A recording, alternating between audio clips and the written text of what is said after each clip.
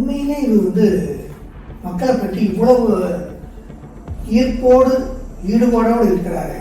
ஆனால் எல்லா மக்களும் எம்ஜிஆர் எம்ஜிஆர் வாத்தியார் வாத்தியார். அண்ணனா இருந்து என் தங்கைக்கு எப்படிப்பட்ட ஒரு மன வாழ்க்கை அமைய போகிறது என்று அண்ணனுக்கு இருக்கிற சந்தோஷத்தை வெளிப்படுத்துற அந்த காட்சி. மழை தூவி வசந்தங்கள் வாழ்த்த ஊர்வலம் நடக்கிறது. அண்ணன் வாழ்ந்தால் பிறந்தால் மட்டும் பார்த்தாரு, வாழ்ந்தால் மட்டும் பார்த்தாரு. மக்கள் மனத்தில் இப்படி ஒரு இடம்பெறணும். அப்படி ஒரு இடம் பெற்ற ஒரு அரசன், மக்கள் அரசன் எம்ஜிஆர். தாய் இல்லாமல் நான் இல்லை, தானே எவரும் பிறந்ததில்லை, எனக்கு ஒரு தாய் இருக்கின்றார், என்றும் என்னை காக்கின்றார்.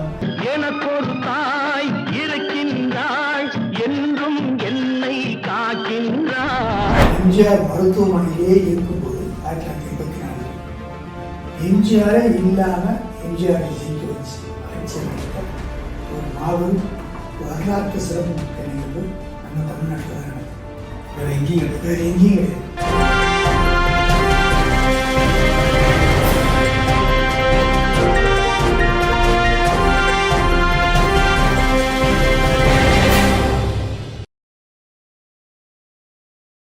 சிசிஎன் மீடியா நேயர்களுக்கு இனிய வணக்கம்.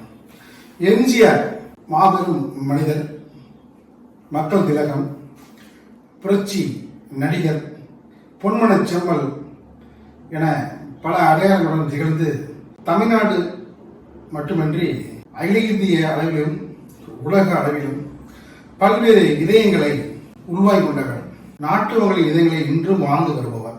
அவருடைய பிறந்தநாளை முன்னிட்டு தொடர்ந்து அவருடைய பல்வேறு அரிய தகவலை நமக்கு எடுத்துரைக்க காத்து கொண்டிருக்கிறார். அரசியல் விமர்சகரும் எம்ஜிஆரின் தீவிர ரசிகரும் முன்னாள் சட்டப்பேரவை உறுப்பினரும் மருத்துவருமான ஸ்ரீதரன் அவர்கள். வணக்கம் சார். வணக்கம். நிறைய விஷயங்களை நீங்கள் தொடர்ந்து சொல்லிட்டே இருக்கீங்க. இப்போ பார்த்தீங்கன்னா நீங்கள் என்ன சொல்கிறீங்க அப்படின்ட்டு சிசிஎன் மீடியாவில் ரசிகர்கள் இப்போ நேயர்களும் தொடர்ந்து பார்க்க ஆரம்பிச்சிட்டாங்க. எம்ஜிஆர் ஒரு சகாப்தம், எம்ஜிஆர் மாமனிதர் என பல்வேறு விதங்களை நிறைய அது எதுவரைக்கும் சொல்லாத விஷயத்தான் நீங்கள் சொல்லிகிட்டே இருக்கீங்க. யாருக்கும் தெரியாத ஒரு நிறைய அப்படி திரை அனுபவமாக இருக்கட்டும், அரசியல் அனுபவமாக இருக்கட்டும், அது நீங்கள் சுவைப்பட சொல்கிறதுனால எல்லாரும் நேரையெல்லாம் அடுத்த காணொலி எப்போ வரும் அப்படின்ற ஒரு நிலையை நீங்கள் ஒரு அமைதியான புரட்சி மூலமாக உருவாக்கிட்டீங்க. அது தொடர்ந்து பார்த்தீங்கன்னா பல்வேறு விதங்களை நீங்கள் இந்தியா சொல்கிற பொழுது எம்ஜிஆர் மீது பற்றுக்கொண்ட தொண்டர்களும் ரசிகர்களும் இன்னைக்கு என்ன வரும் அப்படின்ட்டு எதிர்பார்த்துருக்காங்க. பெண்ணுடைய மகத்துவத்தை எம்ஜிஆர் நிறைய படங்களில் பாடியிருக்காங்க. அதை பற்றி, பெண்ணை பற்றி உயர்வாக பாடிய விஷயங்கள் உங்களுக்கு ஞாபகம் இல்லை? ஒரு சில அது தாயார் தங்கையாக அருமையான டாபிக்கு பாராட்டுட்டேன். அதாவது எம்ஜிஆர் அவர்கள் ரொம்ப மதிப்பும் மரியாதையும் வச்சுக்கிறது தாய்மை மேல. தாய்மை தாய் இல்லை, தாய்மை தாய்மை வளர்ப்பவர். எனக்கு சீனியர் டாக்டர் எங்கள் ப்ரொஃபஸர் சொன்ன விஷயம். ஆண்டிப்பட்டி பக்கத்தில் தேனியில் எங்கேயோ ஒரு பக்கம் ஷூட்டிங், வைகை அணையை நினைக்கிறேன், சரியாக தெரியல, பட் அப்படிதான் ஞாபகம். வைகை அணையில் ஷூட்டிங் பண்ணிட்டு இருக்கும்போது இந்த ஷூட்டிங்கில் காஸ்டியூம்ஸ் பட்டு சிலை, பெஹேன் கொடுக்கணும் கொடுத்தது பட்டு சிலையை சரி சொன்னாங்க, வேறு சிலை கட்டி போட்டுருன்னு சொல்லிட்டு அந்த பட்டு சிலை மடித்து அந்த ப்ரொடக்ஷன் கம்பெனி கொடுத்துருந்தோம்ல, ஒன்று அம்மா எம்ஜிஆர் கொண்டா அப்படின்னு சொல்லி அங்கே இருக்க ஒரு வயசான அம்மாவை கூப்பிட்டு அதை கொடுத்து கட்டிட்டு சொல்லி அப்படியே அந்த அம்மாவை பார்த்து தன் அம்மாவுக்கு கொடுத்து ஒரு பட்டுச்சொலியை கொடுத்து கட்டி அழகு பார்த்தா எப்படி இருக்கும் அப்படின்னு அப்படி பார்த்து அப்படியே பார்க்குறான். அப்போ இங்கே ஒரு டாக்டர் மதம் சொல்லியிருக்காரு, எம்ஜிஆர் ஷூட்டிங்னால அந்த பக்கத்தில் கவர்மெண்ட் டாக்டர்ஸ்லாம் கொஞ்சம் அதான் சொல்லியிருப்பாங்க. போய் அந்த இது முதல்ல சொன்னாங்க, அவர் டாக்டர் அவர் எம்ஜிஆரையும் பார்த்துறான். அப்போ சைக்கிளாஸ்லாம் அது எம்ஜிஆருடைய பார்வையில் நான் என்ன கண்டேன் அப்படின்னா, அவர் அந்த பட்டுப்புழையை எல்லாரும் சொன்னாங்க அது ஒரு விளம்பரத்துக்காக பண்ணுறாரு அப்படின்லாம் பேசினாங்க. அந்த அந்த அந்த அந்த பேட்டியெல்லாம் நான் படிச்சுட்டு நான் டாக்டர் என்ன நினச்சேன்னா, அன்னைக்கு என்ன என் கண்ணால் பார்த்தேன் அப்படின்னா, அவர் அந்த தன் தாய்க்கு ஒரு பட்டுப்புடவையை கட்டி பார்த்து ரசிச்சா இப்படி ஒரு சந்தோஷப்படுவாரோ அப்படி எனக்கு சந்தோஷப்பட்டாரு. அப்போது நான் நினச்சேன், உண்மையிலே இது மக்களை பற்றி இவ்வளவு ஈர்ப்போடு ஈடுபாடோடு இருக்கிறாரு என்ன. ஆனால் எல்லா மக்களும் எம்ஜிஆர் எம்ஜிஆர் வாத்தியார் வாத்தியார், எங்கே எம்ஜிஆர் எங்கே எம்ஜிஆர் எங்கே வாத்தியார் எங்கே வாத்தியார்னு சொல்கிறதுல அதில் நியாயம் இருக்குது, அதில் உண்மை இருக்குது. இல்லைன்னா சும்மா சொல்லுவாங்களா அப்படின்னு அன்னைக்கு தான் நான் தெரிஞ்சுக்கிட்டேன். இத்தனைக்கு நான் ஒரு டிஎம்கே அப்படின்னு இத்தனைக்கு நான் கலைஞருடைய பேச்சு தான் எனக்கு பிடிக்கும், எம்ஜிஆர் பேச்சு எனக்கு ரொம்ப பிடிக்காது. அன்றைக்கு நான் மெடிக்கல் டியூட்டியில் இருக்கும்போது நான் இந்த நிகழ்வுல கண்டேன். அந்த அளவுக்கு அந்த மாதிரி அந்த பெண்கள் பற்றியில் அவர் அபூர்வமாக இருக்குது, அவர் மரியாதை வச்சுருக்காரு அப்படின்னு சொன்னார். அந்த உயர்வான ஒரு மதிப்பு அவர்கிட்ட நாளுக்கு நாள் அதிகரிச்சு தான் சொல்லுவாங்க அப்படின்னு சொல்லிட்டு இருக்கும்போது எம்ஜிஆரை பற்றி நான் மற்றவர்கள் ரசித்து அதை மற்றவர்கள் எடுத்து ரசித்தவர்கள் பங்கிட்டு அதை மற்றவர்கிட்ட சொல்லி அவரும் ரசித்த காட்சியை நான் சின்ன பையனாக இருக்கும்போது கேட்டிருக்கேன்.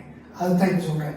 சொல்லுங்க சார். அப்போ பூ மழை தூவி வசந்தங்கள் மழை அப்படின்னு ஒரு தங்கச்சிக்கு ஒரு பாட்டு பாடுறாங்க. அது ரொம்ப முக்கியமான பாடல்னு சொல்லுவாங்க. அதோட பாட்டு சாரதா தான் நினைக்கிறேன். தங்கச்சி வச்சு பாடுறேன். நினைக்கிறது முடிப்பாங்க. அப்போ தன் தங்கச்சிக்கு ஒரு கல்யாணம்.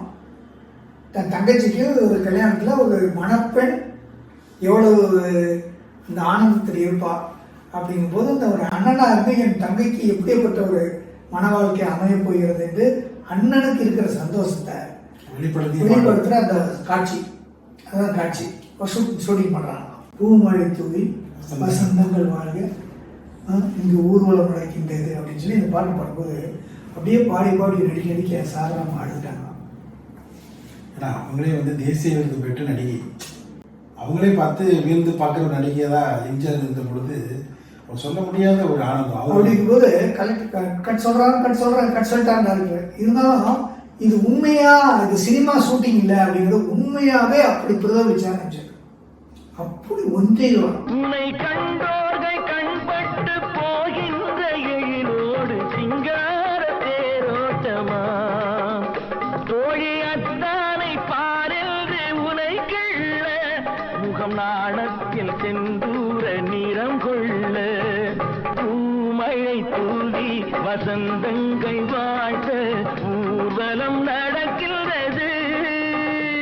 புரட்சி தலைவர் எம்ஜிஆர் அவர்கள் ஒரு மாபெரும் மக்கள் தலைவராக இருந்தாலும், ஒரு மாபெரும் அரசியல் தலைவராக இருந்தாலும், அதிமுக என்ற கட்சியை துவங்கி மக்களுக்காக, தமிழ்நாட்டு மக்களுக்காக ஆட்சி செய்தாலும் ஏழையின்பால், குறிப்பாக பெண்களின்பால், அதிலும் குறிப்பாக ஏழை பெண்களின்பால், அதிலும் குறிப்பாக ஏழை வயதான முதிய பெண்கள் பார்த்தார்னா அப்படியே ஆற தழுவி தன் அம்மாவை தழுவி நேசித்தது போல ஒரு ஸ்பர்சத்தை உணர்வார்.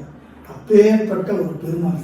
அவருடைய ஆட்சி காலத்துல பெண் குழந்தைகளுடைய சிறப்பு திட்டம் நிறைய அறிவித்தாரு. அது மூலயமா பல பெண் குழந்தைகள் பல்வேறு வகையில் பணம் அப்படின்னு சொல்லுவாங்க.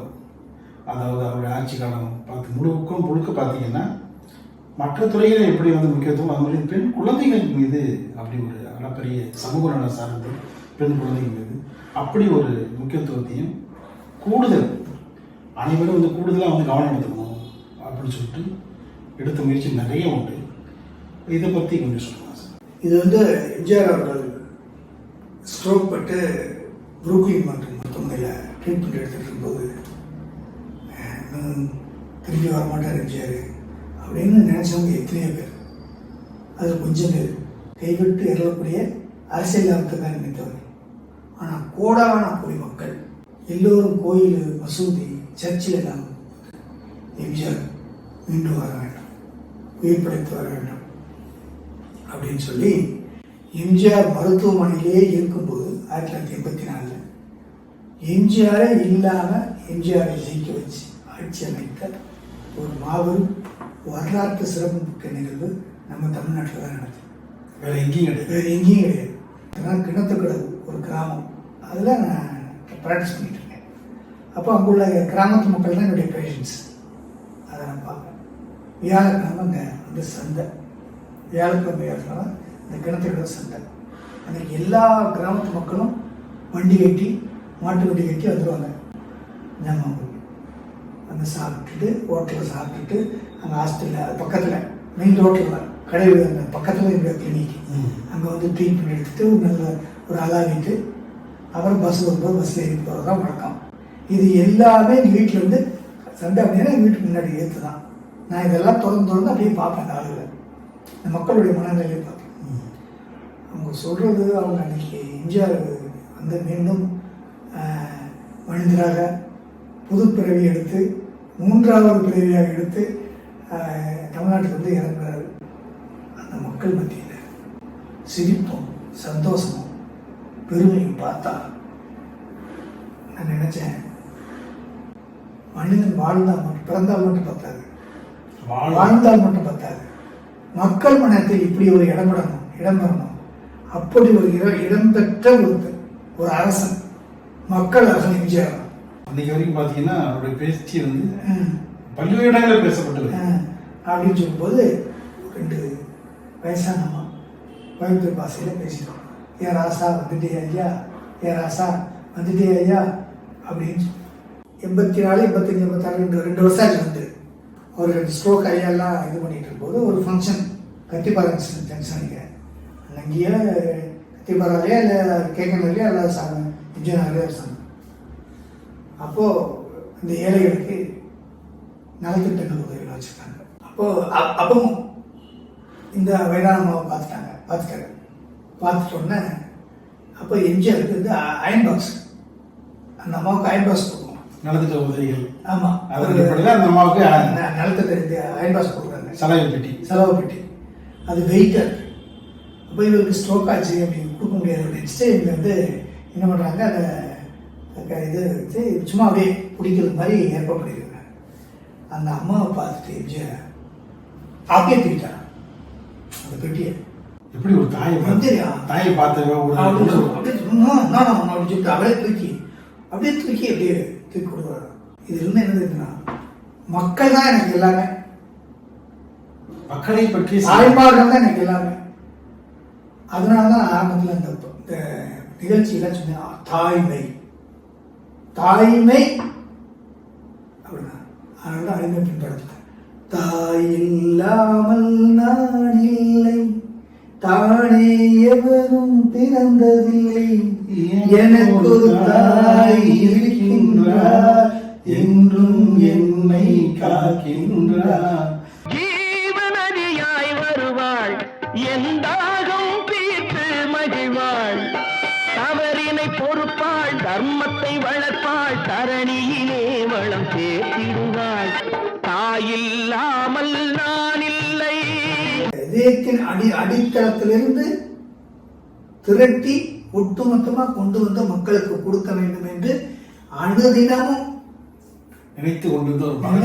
நினைத்து வாழ்ந்து மறைந்து இன்றும் மறைந்தும் நம்மளோடு வாழ்கின்ற ஒரு மாபெரும் தலைவர், மக்கள் தலைவர், ஏழைகளின் தலைவர், மக்கள் தலைவர் எம்ஜிஆர் வந்து ரொம்ப தொந்தரவு கட்சி பண்ண 1972 பிறகு இந்த படம் வரும்போது 1977 என்ன தெரியுதா, உலகம் சுற்றுவாடி.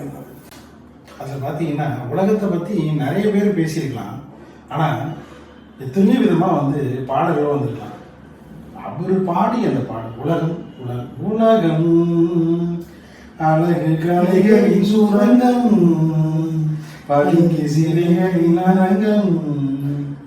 ரொம்ப அற்புதமான அந்த பாட்டு பாடி அந்த இது இவர் தான் டைரக்ஷன். மேகம் போடும் மேலாடை, மின்னல் வந்தால் பொன்னாடை, இளமாலையில் நான் அதை தர வேண்டும், காதலே உலகம் அழகு கலைகளின் சுரங்கம்.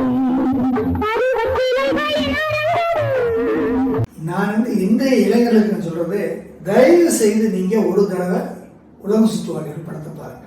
அவர் நடிக்கும் அந்த படத்தில் நடிக்கும்போது சுமார் அவருக்கு வயது ஒரு 55க்கு மேல தான் இருக்கு. ஆனால் ஒரு இளைஞனாக அவருடைய காஸ்டியூம்ஸை பாருங்க. ஒரு இடத்துல ஒரு பாட்டுக்கு அந்த இலவசத்தாடையில சிவப்பு கலர் தொப்பி, மஞ்சள் கலர் சட்டை, ஒயிட் பேண்ட், இந்த காம்பினேஷன் யாரும் போட மாட்டாங்க. கடந்த ஆண்டு மறுபடியும் வெளியீடு பற்றி பண்ணப்பட்ட படங்கள்ல உலக சுற்றுவாணிகள் வந்து முத்திரை பதித்த படம் சொல்லிட்டு சமீபத்தில் ஒரு தயாரிப்பாளர் சொன்னார், எம்ஜிஆர் படங்களை வாங்கி மறுபடியும் வந்து நாங்கள் வெளியிட்டு எங்கள் தேட்டரு ஆபத்துலேருந்து இந்த தேட்டர் மீட்டோம் அப்படின்னு ஒரு தேட்டருடைய அதிபர் சொன்னார். இன்னும் வந்து பல பேருக்கு வந்து ஒரு அட்சய பாத்திரம் தான் இருக்காங்க. அதாவது பிரச்சனை இல்லாமல் இருக்கிறதுக்கு நமக்கு ஒரு ரிலாக்ஸேஷன், ஒரு வென்டிலேஷன் வந்து கொடுக்கும். அந்த மாதிரி இது அவருடைய படங்களை பார்த்தால் மிகப்பெரிய ஒரு ரிலீஃப், மெடிக்கலாகவும் பிசிக்கலாகவும் சைக்கலாஜிக்கலாகவும் ரொம்ப முக்கியம். மருத்துவ ரீதியாகவும் உளவியல் ரீதியாகவும் இது யாருக்கும் கிடைக்காத ஒரு சிறப்பு. உள்ளத்திற்கு ஏதுவாக வருடி கொடுக்கின்ற படமாக அந்த காட்சி அமைப்பு, அந்த காஸ்டியூம்ஸ் உடைய அவர் யூஸ் பண்ற படத்துல ஒவ்வொருத்தருக்கும் கொடுக்குற காஸ்டியூம்ஸ், அந்த கலர் காம்பினேஷன்ஸ், அந்த பாட்டு, அந்த பாட்டுடைய வரிகள், அதை மெருகேற்றின டி.எம். சௌந்தரராஜ், அந்த பாட்டுக்கு உயிர் கொடுத்த எம்.எஸ். விஸ்வநாதன், அந்த ஆர்கஸ்ட்ரேஷன், அந்த இன்ஸ்ட்ருமெண்டேஷன்ஸ், அப்புறம் அந்த ஷார்ட்ஸ் போட்டோகிராஃபி, அந்த எடிட்டிங், அப்புறம் அந்த ப்ரெசன்டேஷன், அந்த ரீரிகார்டிங், அந்த கதை சொல்ற விதம், அதோடைய கிளைமேக்ஸ், இது எல்லாம் பார்த்துட்டு இப்போ தேட்டருக்கு வரும்போது மக்களை பாருங்க, நீங்கள் பார்த்துருப்பீங்க நிறைய படம் பார்த்துருப்பீங்க. எம்ஜிஆர் படத்தை பார்த்துட்டு வெளியே வரும்போது ஒரு திருப்தி. நீதிபதி அவர்களே, எந்த தாயை வாழ வைக்கணும், என் வாழாதான் பாடுபட்டேனோ அவங்களே இருந்த பிறகு இனிமே நான் ஏன் உண்மையை மறைக்கணும்? நான் உண்மையை சொல்லிடுறேன். நான் தான் ரஞ்சித், போலீஸார் தேடப்பட்ட ரஞ்சித் நாராயணா. சிசிஎன் மீடியா மூலமாக இந்த எம்ஜிஆருடைய லெகசியை, எம்ஜிஆருடைய அருமையும் பெருமையும் இந்த சந்ததியை நீங்கள் பார்க்கணும். அட்லீஸ்ட் எம்ஜிஆருடைய போலையும் எம்ஜிஆருடைய பெருமையை நீங்கள் பார்த்தீங்கன்னா 1% இந்த குடியிலிருந்து இந்த இளைஞர் சமுதாயம் பாதிக்கிறது கொஞ்சமாவது விலகு என்ற ஒரு நம்பிக்கையில் சொல்கிறோம். நீங்கள் எல்லாம் இளைஞர்கள்லாம் இதை பாருங்கள். எம்ஜிஆருடைய புகழ் உங்க அவர் ரெண்டுமே வந்து தமிழக மக்கள் மனதில் சிம்மாசனம் போட்டு அமர்ந்திருக்கிறார். தொடர்ந்து அவரை பற்றி உங்களுக்கு வரும் எபிசோடுகளில் இன்னும் பல சுவாரஸ்யமான தகவல்களை வழங்க இருக்கிறோம். நிகழ்ச்சியை பங்கேற்று பல கருத்துக்களை தெரிவித்து மிக்க நன்றி.